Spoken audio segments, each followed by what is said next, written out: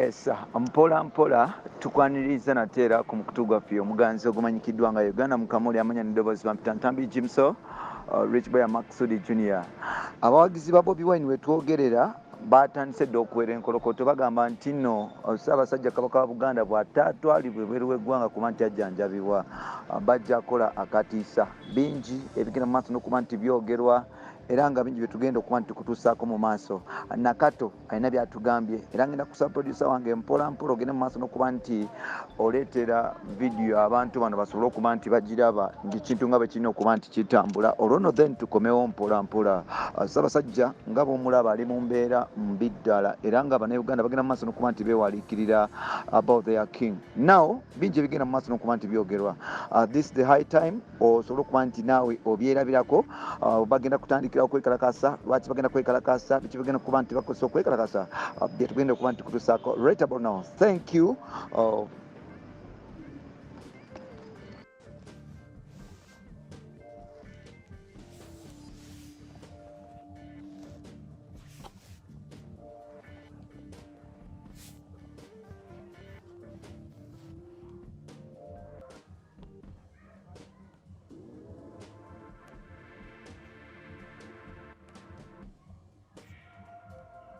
Munzonyo batawaanya naye kati guno gwe gusemba kasabigaana nga njijjayo nga mbivaako. This is the last time kasabigaana nga tubireka. Mutubuulire Kabaka tumuvuddemu tumulekedde mayega.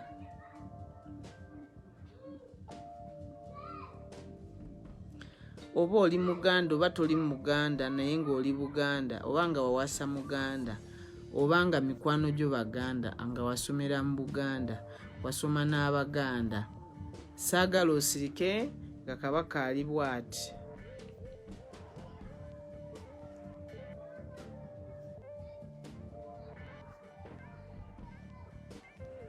Wasomera mu Buganda andamandako oli mukwano gw'Abaganda. Wenna tosirika, whoever keeps quiet mwene embeera naawe oba otubuliddemu olukwe. Tetulina kyakukola, genda mu maaso. Kyembadde mbabuuza nti Kabaka tumubuliddemu olukwe, ffenna tumulese abakatuuka musharinge. Vidiyo eno ntawaanyiza nnyo leero mba nakayogera ng'ebuukayo. Mba njogera ng'ebuukayo.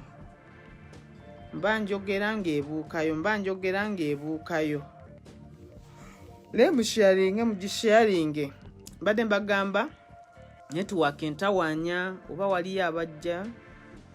Yes, I'm back. Ngenda kulemerako mpaka kuba I have some message I want to deliver to you. Kati sigenda kusirika, ngenda kwogera. Ngenda kulemerako paka nga message mugifunye. Ngenda kwogera. Ate mugisharinge mwangwe musharinge bagendo jigira at least nga bitambudde. Kabaka mwamuvuddemu mukoye temukoowa ate kati nze ayogera nze nga sinakoowa gira ne babiddamu musharinge vidiyo eno munyambe mugisharinge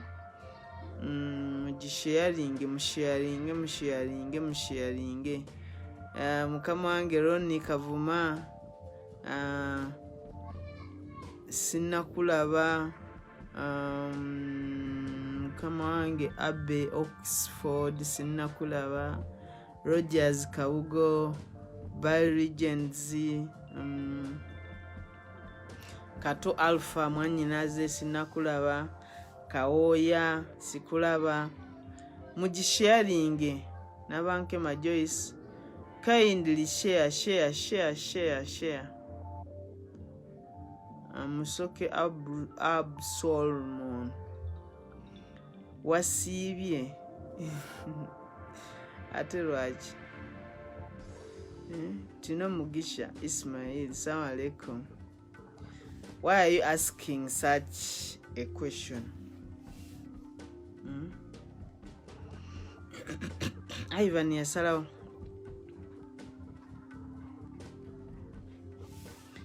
mbadde njagala bazanyira ka video ka Mwami Museveni ke yagamba I'll crash Buganda. Manye nti we are not safe. Yagamba I'll crash Buganda. Ani yakampa wano. Ani yakampa. Kabaka needs treatment.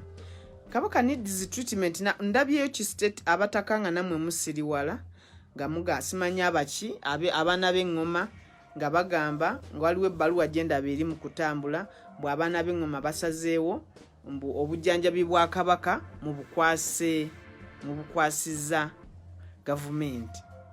Tetusobola kukikkiriza. Era wetuwulira ekintu kyonna we are just warning government. Wetuwulira nga mugamba bw'obujjanjabi bwa Kabaka mbu simanyi mbu mubukwasizza gavumenti. Ffe tugenda kukolawo ekikambwe. Tetugenda kukiza. Tetusobola kuwa gavumenti Kabaka buyebe mujjanjaba ng'ebiseera bye akavukola statement agamba he will crush him. Ajja crashinga Abaganda, agenda crashinga Kabaka. Nagamba oyawoza mbutala mwamukamwa biki nga tumuwa omuntu ali very arrogant ali biased ne Kabaka mbwa amujjanjabe.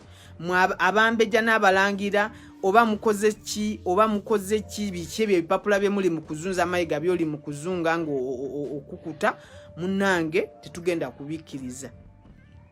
What you want is our Kabaka muleke mute mwesonyiwe mujjeko amagye amasimu wagamujjako mujje mute Mayega free our Kabaka mwesonyiwe muveeko naye Mayega ffe tukulabula mbadde nkubuulira negamba wali olabyeko ku nte oba embuzi nga bagitadde ku nku nga bagisibye emigwa naye wansi ne bateekayo omuliro ne bakumanga namu abatera okukola ki abalina rituals zemukola ebyo mutera okukola naye Mayega ku busungu bwe tukulinako novaayo tonnayiga na ngeri gy'oyiga mu kulimba gende